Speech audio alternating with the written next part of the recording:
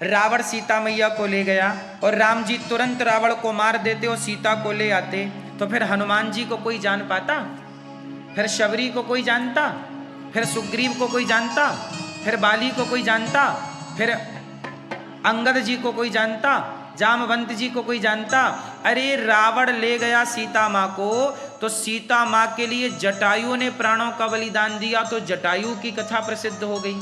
हनुमान जी लंका गए तो हनुमान जी की कथा प्रसिद्ध हो गई। राम जी तुरंत रावण को मार देते तो हनुमान जी की भूमिका क्या होती?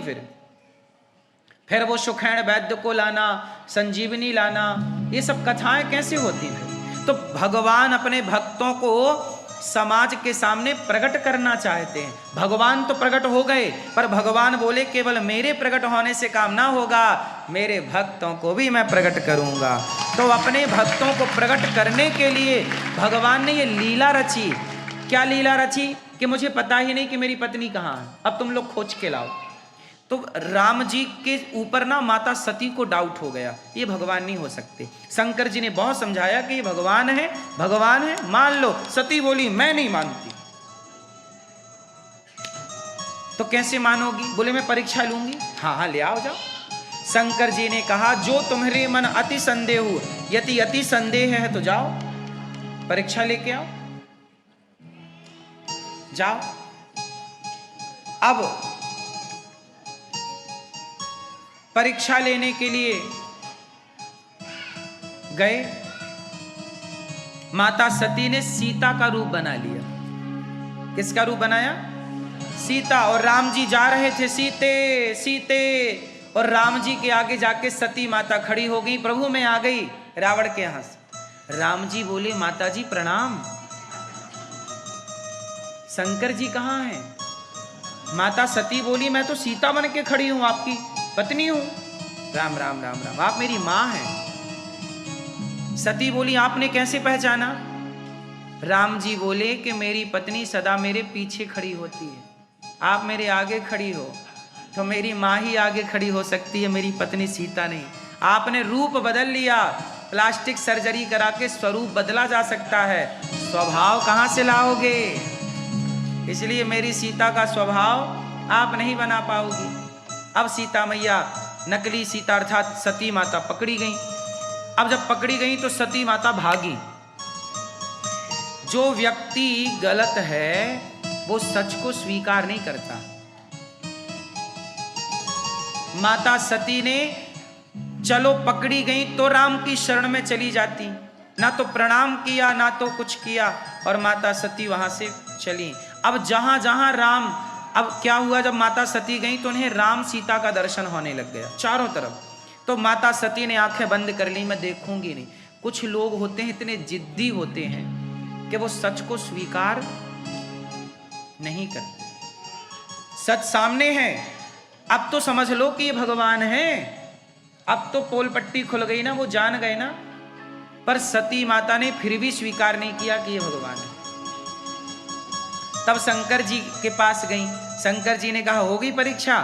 तो कह दिया झूठ, मैंने कोई परीक्षा नहीं ली। जब व्यक्ति एक गलती करता है, एक झूठ बोलता है, तो उसे एक झूठ को ढकने के लिए दूसरा झूठ। माता सती ने कहा कि मैंने कोई परीक्षा नहीं ली, जबकि परीक्षा ली। तो शंकर जी ने ध्यान लगाया, और ध्यान लगाया तो पूरी पिक्चर सामने आ गई किस तरह से इन्होंने लीला की। शंकर जी ने मन से माता सती का परित्याग कर दिया। सती अब तुम्हारी हमारी भेंट इस शरीर से ना होगी, क्योंकि तुमने मेरी माता का रूप बनाया। सीता कौन है? मेरी माता। और आप क्या बन गई? मेरी माता। अब जब माता बन गई तो मैं तुम्हें पत्नी के रूप में कैसे स्वीकार करूं? यदि मैं अपनी माता को पत्नी के रूप में स्वीकार करता हूं तो मर्यादा बिगड़ जाएगी। सती क्या बन गई? सीता। और सीता को शंकर जी क्या मानते हैं? और राम को त्वमेव माता माता रामो मत पिता रामचंद्र स्वामी रामो मत सखा रामचंद्र सर्वस्वम में रामचंद्रो दयालु नान्यम जाने नहीं व जाने न जाने। जब राम जी को पिता मानते हैं शंकर जी और जानकी माँ को माता मानते हैं शंकर जी, तो आज माता का रूप बना लिया ना पत्नी ने। अब शंकर जी बोले यदि मैं पत्नी को स्पर्श करता हूं तो मेरी मर्यादा बिगड़ जाएगी। अब शंकर जी ने क्या किया कि माता सती का परित्याग कर दिया। क्या किया? त्याग कर दिया। शंकर जी कैलाश में गए और ध्यान मग्न हो गए। बीते संवत सहस 87,000 साल बीत गए। कितने साल समाधि लगी? 87 87,000 वर्ष की समाधि। शंकर जी जागे तो एक दिन क्या हुआ, शंकर जी के ससुर जी हैं दक्ष, उनको ना कोई पद मिला, प्रतिष्ठा बढ़ गई, तो सब स्वागत समारोह रखा, तो शंकर जी गए, ब्रह्मा जी गए, भगवान विष्णु गए। तो दक्ष जब आए सभा में, ऐसे ही सभा लगी थी, दक्ष आए तो सबने खड़े होकर स्वागत किया, पर शंकर जी, ब्रह्मा जी और विष्णु जी खड़े। तो दक्ष ने देखा कि ये लोग मेरी सभा में बैठे, सब खड़े होकर मेरा सम्मान कर रहे हैं, ये खड़े नहीं हुए। चलो ब्रह्मा इसलिए खड़े नहीं, भाई ये तो मेरे पिता हैं। विष्णु जी खड़े नहीं हुए, मेरे दादाजी हैं। पर ये शिव तो मेरा बेटा है, इसको तो मैंने अपनी बेटी दी है, ये क्यों नहीं खड़ा हुआ? अच्छा, शंकर जी ने बैठे बैठे ही ससुर बाबा को प्रणाम कर लिया, जय हो ससुर बाबा की। लेकिन मानसिक प्रणाम को दक्ष समझ नहीं पाए, और भरी सभा में दक्ष ने आग बबूला होकर, क्यों रे सभासदो, तुमने इसे क्यों बुलाया यहाँ पर? ना इसे उठने का ज्ञान, ना बैठने का ज्ञान, ना खाने का ज्ञान। वो तो ब्रह्मा जी के कहने से मैंने अपनी बेटी से ब्याह दी, वरना ये मेरी बेटी के योग्य। अब भरी सभा में शंकर जी को गालियां देने लग गए। कौन? दक्ष, दक्ष प्रजापति। इतनी गालियां दी, इतनी गालियां दी, इतनी गालियां दी, इतना अपमान किया। पर धन्य है भोलेनाथ। आप लोग भोलेनाथ जी का दर्शन करते हो, मंदिर जाते हो, जल चढ़ाते हो, सावन चल रहा है, लोग जल चढ़ाते ही चढ़ाते हैं। ये बताओ आपने शिव जी से सीखा क्या? शंकर जी से। देखो मंदिर क्यों जाते हैं हम लोग? यदि हम मंदिर जाके कुछ मैसेज लेकर ना आए, सीख लेकर ना आए, तो जाने का मतलब क्या है? हम स्कूल गए पर हम सीखे कुछ नहीं, तो स्कूल जाने से मतलब क्या? बच्चा कोचिंग गया पर सीखा कुछ नहीं, तो कोचिंग जाने का मतलब क्या? क्यों मेरी माँ? स्कूल सीखने के लिए ना जाया जाता है। सत्संग आप आए हो, कुछ सीख के जाओ, कुछ सीख के नहीं गए तो यहाँ बैठने का आपका मतलब क्या है? अपना काम धाम छोड़ के आप यहाँ क्यों बैठे हैं? सीखने के लिए। यदि कुछ सीखे ही नहीं तो फिर यहाँ बैठने का कोई मतलब नहीं। और मंदिर गए तो कुछ सीखा ही नहीं, तो जाने का मतलब क्या है? चलो बताओ, भगवान शिव का मंदिर आपको क्या सिखाता है? राम का मंदिर कुछ सिखाता है, कृष्ण का मंदिर कुछ। मैं शिव परिवार की बात करता हूँ, शुरुआत करते हैं। कल मैंने बोला था ना कि आज बताएंगे। बोलो, भगवान शिव से आप लोगों ने क्या क्या सीखा? ठीक है, कैसे प्यार से रहना कैसे सीखा शंकर जी से?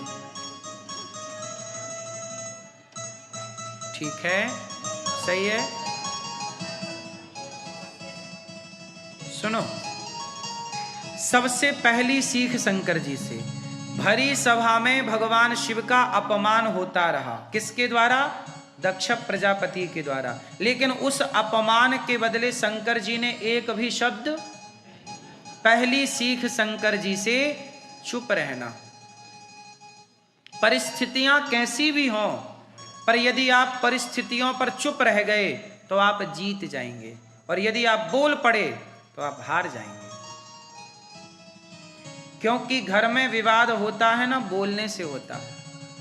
यदि आप बोलते जाएंगे तो विवाद बढ़ता जाएगा, और चुप हो जाएंगे तो विवाद, बोलो हाँ कि ना? तो क्या करोगे मेरी माँ? ये किससे सीखा? भगवान शिव से सीखा।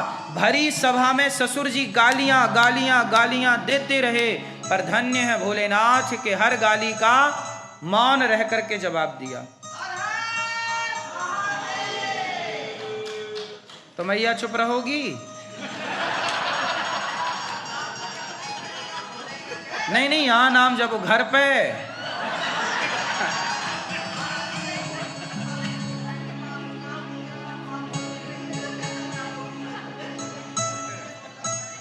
तो शंकर जी ने क्या सिखाया?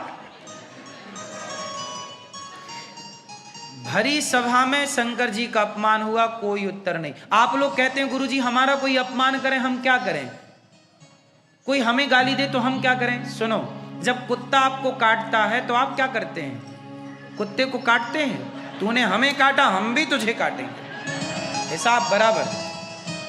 कुत्ता जब हमें काटता है तो हम कुत्ते को नहीं काटते, इंजेक्शन लगवा के अपना इलाज करा लेते हैं। इसलिए जब कोई आपको गाली दे, आपका अपमान करे, अच्छा ये बताओ, जब कोई आपका अपमान करता है, जब कोई आपको गाली देता है, तो वो अपमान करने वाला, गाली देने वाला समझदार है कि बेवकूफ है? और आप क्या हैं? तो फिर आप उसकी तरह क्यों व्यवहार करने लगते हैं कि तूने मुझे गाली दी मैं भी दूंगा। ये बराबरी ना करो। वो गाली दे रहा है, वो गुस्से में है, वो अपमान कर रहा है, तो आप भी यदि उसका अपमान करेंगे तो फिर उसमें और आप में अंतर क्या रहेगा? फिर तो कुत्ता वो तो आप भी। इसलिए वो करे तो करने दो, पर आप धैर्य।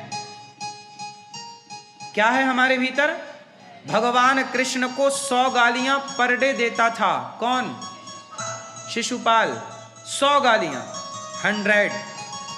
कृष्ण को, जगत के पालनहार को 100 गालियां रोज, आज कल परसों रोज, और सभा में देता था, 100 लोगों के बीच में देता था। लेकिन भगवान उसकी रोज 100 गालियां माफ क्या करते थे? माफ। एक दिन अति कर दी उसने, 100 पार कर दी, और 100 भगवान ने निकाला सुदर्शन, काट दिया। किसी ने भगवान से पूछा कि जब 101 हुई तब आपने काटा, अरे एक ही गाली देता तो ही सिर उड़ा देते। भगवान बोले नहीं, मैंने समाज को मैसेज दिया कि कम से कम सामने वाले की 100 गलतियां तो माफ करो।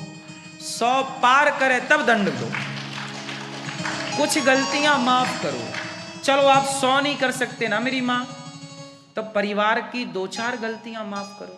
अब होता क्या, बहू आती है और बहू से चाय में जरा शक्कर ज्यादा हो गई और दाल में जरा नमक कम हो गया, तो सास ताने मारे, यही सिखाया तेरी माँ ने। अरे बहू की 2-4 गलतियां तो माफ करो मेरी माँ। सास बोलने लग जाती है कि नहीं? सारी सासें नहीं बोलती, पर कुछ सासें तो होती है ना जो बहू से जरा गलती होए तो ताने मारती है, हाँ या ना? तो सास को ये समझना चाहिए कि बहू है वो, बेटी है वो गलतियां करेगी, 2-4 बार करेगी। तुम्हारे घर के तौर तरीके देखो, हमारा स्वाद अलग है, आपका स्वाद अलग है। कोई नमक कम खाता है तो कोई नमक, कोई मिर्ची कम खाता है तो कोई मिर्ची, कोई चीनी कम खाता है तो कोई चीनी। सबका स्वाद है। लड़की आज आई है, आज ही तुम्हारे हिसाब का भोजन बना देगी ना, 2-4 दिनों से समझने में लगेगा। उसकी गलतियां हों तो उसे इग्नोर करो। यदि आपने हर गलती पे बोलना स्टार्ट किया तो आपकी बहू समझ जाएगी कि ये सास ठीक नहीं है, टोकती बहुत।